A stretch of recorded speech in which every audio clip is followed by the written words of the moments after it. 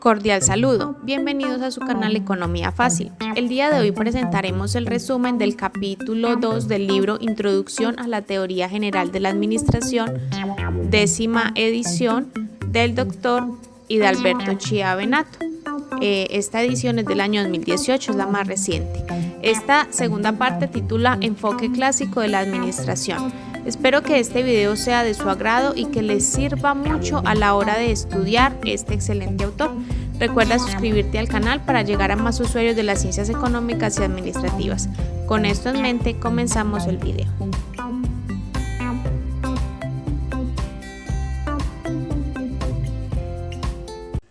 La historia de la administración es relativamente reciente. En la actualidad vemos muchas industrias, tanto de producción de bienes como de prestación de servicios, y esto es muy común y hace parte de nuestro día a día. Pero en el siglo XIX no era así. La mayoría de los casos encontrábamos organizaciones pequeñas o talleres de artesanos, profesionales, prestando sus servicios de forma independiente como lo eran los médicos o los abogados. El desarrollo de la teoría de la administración actual estuvo influenciado por varios actores. Entre ellos veremos la influencia de la Iglesia Católica, de la organización militar, la física tradicional, la revolución industrial, economistas liberales y la influencia de los pioneros y emprendedores. Vamos a ver cada una de ellas. Influencia de la organización de la Iglesia Católica. La Iglesia Católica estructuró su organización con base en una jerarquía de autoridad, un Estado mayor y una coordinación funcional para garantizar la integración. La Iglesia cuenta con una organización jerárquica tan simple y eficiente que su enorme organización mundial puede funcionar de manera satisfactoria bajo el mando de una sola cabeza ejecutiva, el Papa, cuya autoridad coordinadora, según sus fieles, es una autoridad divina.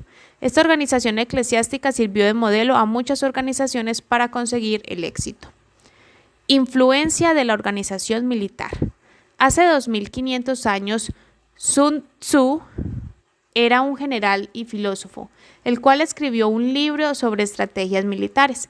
Por ejemplo, el asunto de la jerarquía es de vital importancia en el ejército. Cuando las operaciones militares fueron aumentando, se vieron en la obligación de delegar y crear otros puestos de mando en la organización militar.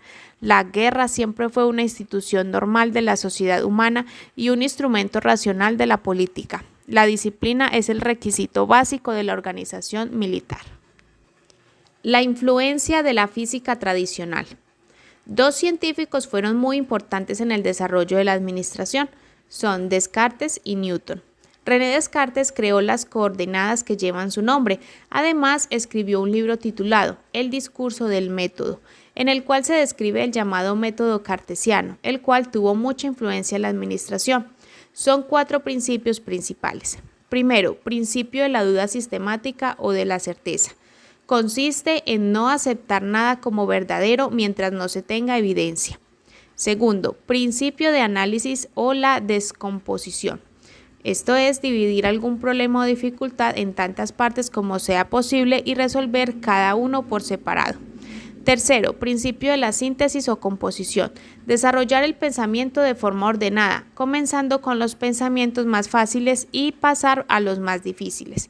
Cuarto, principio de la enumeración o verificación. Es revisar, contar y verificar que no se ha olvidado ni omitido nada. El señor Isaac Newton es considerado el científico más influyente de la historia de la ciencia. Su ciencia determinó mucho la exactitud de la administración. Para Newton, el mundo físico era ordenado, lógico y matemáticamente previsible. La influencia de la física newtoniana por su racionalismo, exactitud, casualidad y mecanismo fue profunda en las demás ciencias, pero principalmente en el inicio de la teoría de la administración. Influencia de la revolución industrial.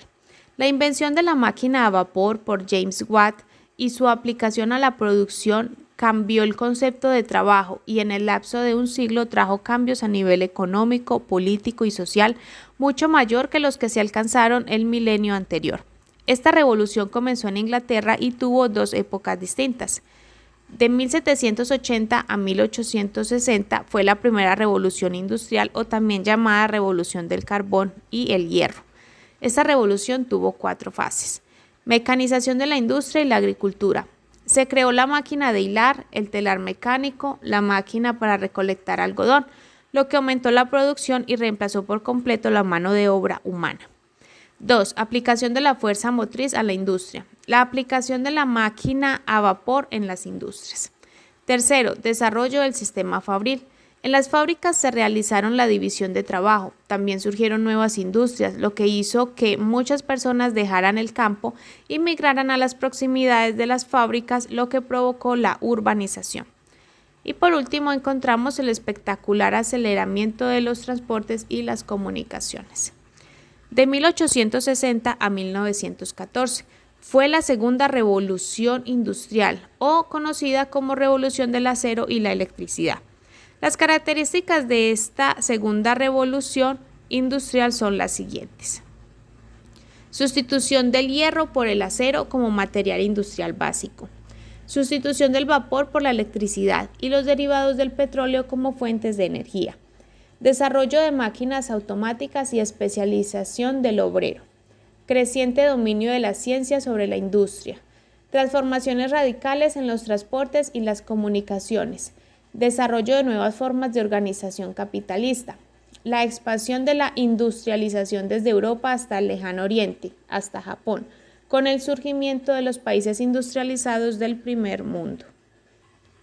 Al final de la segunda revolución industrial dejó muchos cambios, empezando por el hecho de que se debían manejar máquinas cada vez más complejas para la fabricación de productos, además de que ahora existía una mayor protección para los obreros, mejor calidad en cuanto a salud y medios de trabajo. Ahora existía la idea de producir y de trabajar por una sociedad, pero esto adormeció la mente de los obreros, además de que grandes grupos de personas que trabajaban para las empresas comenzaron a generar conflictos sociales, y esto generaba problemas con el rendimiento laboral.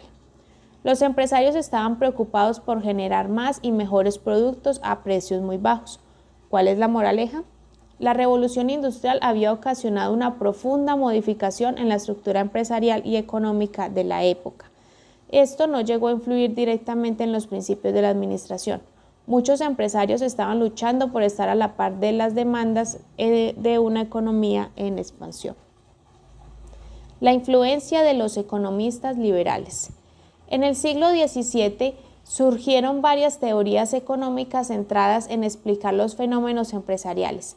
Estos datos eran basados en sus experiencias cotidianas.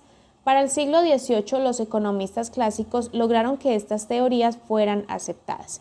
Después estalló la Revolución Francesa. Estos economistas clásicos basan sus ideas en el orden natural de las cosas y dicen que la vida económica debe estar separada de la influencia del Estado. Libre competencia es el postulado principal del liberalismo económico. Adam Smith es el fundador de la economía clásica, cuya idea central es la competencia. Todos los actores de la competencia actúan por beneficio propio, pero esto hace que la competencia florezca y funcione de forma espontánea para garantizar la asignación eficiente de los recursos y la producción sin exceso de lucro. El gobierno solo debe entrar en esta dinámica para garantizar el orden y la libre competencia. Para Smith, el origen de la riqueza de las naciones reside en la división del trabajo y la especialización de las tareas, con lo cual promovió el estudio de los tiempos y movimientos que Taylor desarrollaría más adelante. Influencia de los pioneros y emprendedores.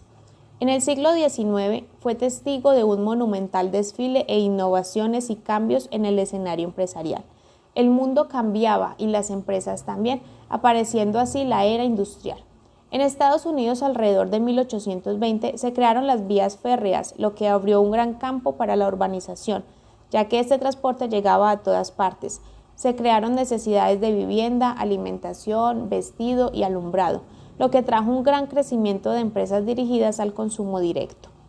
En Inglaterra, a mediados de 1890, empezaron a crearse los imperios industriales y así gran cantidad de empresas aprovecharon esas oportunidades y se dieron cuenta de que no podían ser dirigidas por pequeños grupos familiares.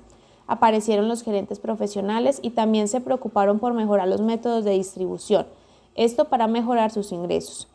Ahora surge una nueva necesidad y es la de reducir los costos de las distintas unidades mediante la creación de una estructura funcional que coordina la producción, la ingeniería, las ventas y las finanzas para reducir los riesgos de las fluctuaciones del mercado.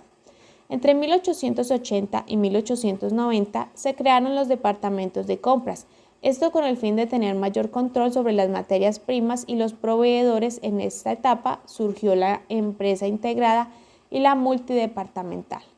Para el siglo XX había llegado la era de la competitividad y la competencia como resultado de varios factores como los siguientes. Primero, desarrollo tecnológico. Segundo, libre comercio. Tercero, cambio de los mercados de vendedores hacia mercados de compradores. Cuarto, aumento en la capacidad de inversión en capital y niveles altos de punto de equilibrio. Quinto, rapidez en el ritmo de los cambios tecnológicos. Y por último, sexto, crecimiento de negocios y empresas. Todos estos factores obligaron a que se crearan bases científicas para la administración y dieron pie a la creación de la teoría de la administración. El despunte de la administración. En el siglo XX, dos ingenieros empezaron a desarrollar teorías para mejorar la administración de las empresas. El primero de ellos era estadounidense, llamado Frederick Winslow Taylor, y el otro europeo, llamado Henry Fayol. Ellos desarrollaron distintas teorías para ayudar a las empresas a aumentar su eficiencia con la aplicación de métodos científicos. Ellos no trabajaron juntos, pero sus teorías constituyen la base del llamado enfoque clásico de la administración, cuyos postulados dominaron las primeras 4 décadas del siglo XX. Aquí en la siguiente gráfica podemos ver cada uno de sus enfoques. Entonces tenemos el enfoque clásico de la administración, que se divide entre la administración científica y la teoría clásica. La administración científica fue creada por Taylor y el énfasis era en las tareas, en las ejecuciones. Y la teoría clásica fue creada por Fayol y se basaba en el énfasis en la estructura. Orígenes del enfoque clásico. Estos orígenes son consecuencia de las dos revoluciones industriales y se puede resumir en dos hechos genéricos. Primero, crecimiento acelerado y desorganizado de las empresas. Este crecimiento hizo que el enfoque empírico quedara desfasado y se necesitara un método científico. Se necesitaron teorías microindustriales de alcance medio y parcial. Surgieron condiciones de control de producción, lo que redujo la improvisación. 2. Necesidad de aumentar la eficiencia y la competencia de las organizaciones. Se hace necesario obtener el mejor rendimiento posible de los recursos y hacer frente a la competencia entre empresas. Se hizo necesario evitar el desperdicio y ahorrar en mano de obra. Para eso se generaron dos tipos de trabajo: los que piensan, es decir, los gerentes, y los que ejecutan los planes, que son los trabajadores. En la siguiente imagen es el resumen de todo lo que hemos hablado en este video. Tenemos en el centro de la imagen los antecedentes. Sabemos que hubo influencia de la Iglesia Católica en las normas administrativas, principios de la organización pública y centralización. Luego hubo influencia de las ciencias, que ahí encontramos varios científicos como Francis Bacon, René Descartes, Galileo Galilei y Isaac Newton. Tenemos influencia de los economistas liberales. En ellos nos encontramos a Adam Smith, Karl Marx y Frederick Engels. Luego tenemos influencia de los pioneros y los emprendedores. Allí encontramos a John D. Rockefeller, Westinghouse, General Electric, Steel Corp y las Big Five. La influencia militar, ya hablamos de Sun Tzu, perdón si no lo pronuncio bien, Napoleón Bonaparte y Karl von Clausewitz. Luego vemos la influencia de la revolución industrial, que es cuando pasamos en la fase del carbón y el hierro, mecanismos de la agricultura, inicio del sistema fabril, transportes y comunicaciones, organización capitalista e inicio de la era industrial. Y por último encontramos la influencia de los filósofos, entre esos está Sócrates, Platón, Aristóteles, Thomas Hobbes, Jean-Jacques Rousseau, Karl Marx y Frederick Engels. Bueno, espero que este video sea de mucha utilidad. Esta es la última edición de este libro, así que está muy actualizado. Recuerda suscribirte al canal para llegar a más usuarios de las ciencias económicas y administrativas. No siendo más, me despido. Nos vemos en el próximo video.